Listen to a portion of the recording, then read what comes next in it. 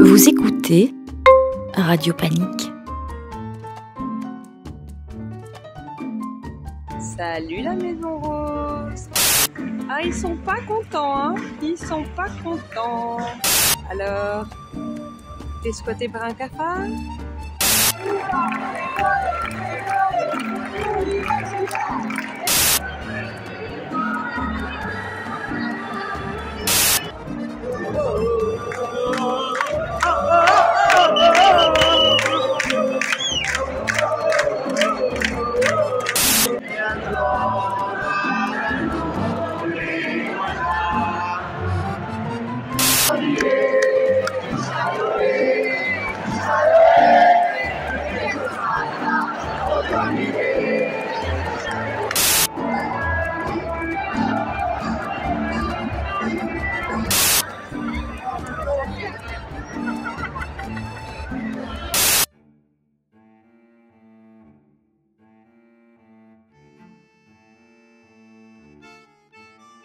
Bonjour mon petit Baudouin, bonjour les gueux. Aujourd'hui, je vous parle en direct des abords des serres de Laken qui, comme le veut la tradition annuelle, sont ouvertes au public sur réservation jusqu'au 20 mai. Bon, quand vous verrez cette chronique, il sera déjà trop tard, mais comme ça vous serez au courant pour l'année prochaine. Je vais en profiter pour me faire annoncer au château afin de rencontrer le roi Philippe et ma chère homonyme, la reine Mathilde. En effet, je n'ai toujours pas terminé ma mission diplomatique avec l'Argentine. Après avoir chroniqué l'actualité des têtes couronnées sur place, allez voir au revoir Pas de panique la marquise numéro 12 sur la chaîne YouTube de Saturday Night Panic. Après avoir conspué mes sujets français, allez voir au revoir Pas de panique la marquise numéro 13 toujours sur la chaîne YouTube de Saturday Night Panic. Je touche enfin au but de mon voyage. Ramener au couple royal les revendications auxquelles le peuple argentin leur demande d'apporter leur soutien. Et pourquoi demander l'appui de la monarchie belge, Madame la Marquise, me demanderez-vous?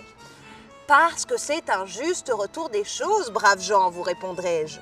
En 1830, le général San Martín, héros de l'indépendance argentine, tente de couler de vieux jours paisibles à Bruxelles et de se consacrer à l'éducation de sa fille.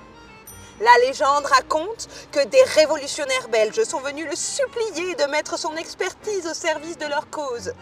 Bon, San Martín n'a pas accepté. Il a même quitté la Bruxelles pour la France afin d'échapper aux troubles politiques. Il faut dire que le pauvre homme avait déjà repoussé l'armée espagnole à travers la cordillère des Andes de l'Argentine au Pérou en passant par le Chili. On imagine aisément qu'il avait assez goûté aux guerres d'indépendance pour le restant de ses jours. Mais c'est la preuve qu'entre l'Argentine et la Belgique, on peut toujours demander. Et que nous demande le bon peuple argentin? Eh bien, tout d'abord, braves gens, faire preuve de vigilance.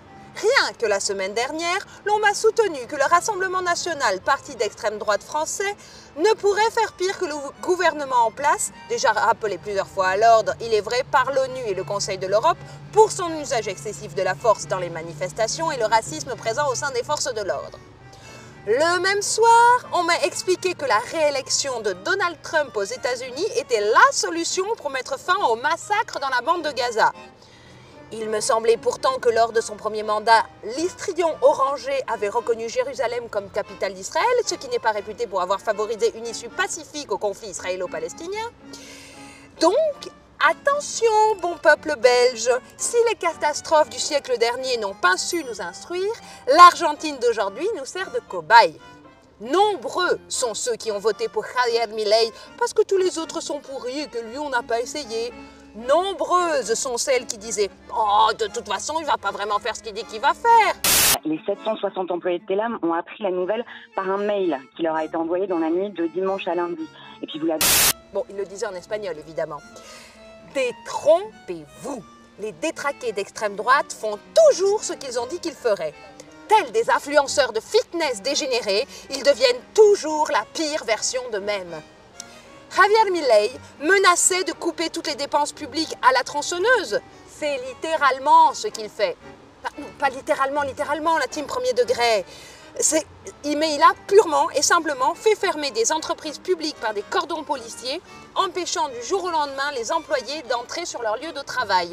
Jeudi, en se présentant pour travailler le lundi matin, ils ont trouvé les portes des bâtiments barricadées, gardées par des policiers qui avaient reçu l'ordre de ne laisser rentrer personne. Imaginez qu'ils n'ont même pas pu récupérer leurs effets personnels. C'est ce qui est arrivé à l'agence de presse nationale Telam, la plus grande agence de presse d'Amérique latine qui fournissait plus de 500 dépêches d'information par jour.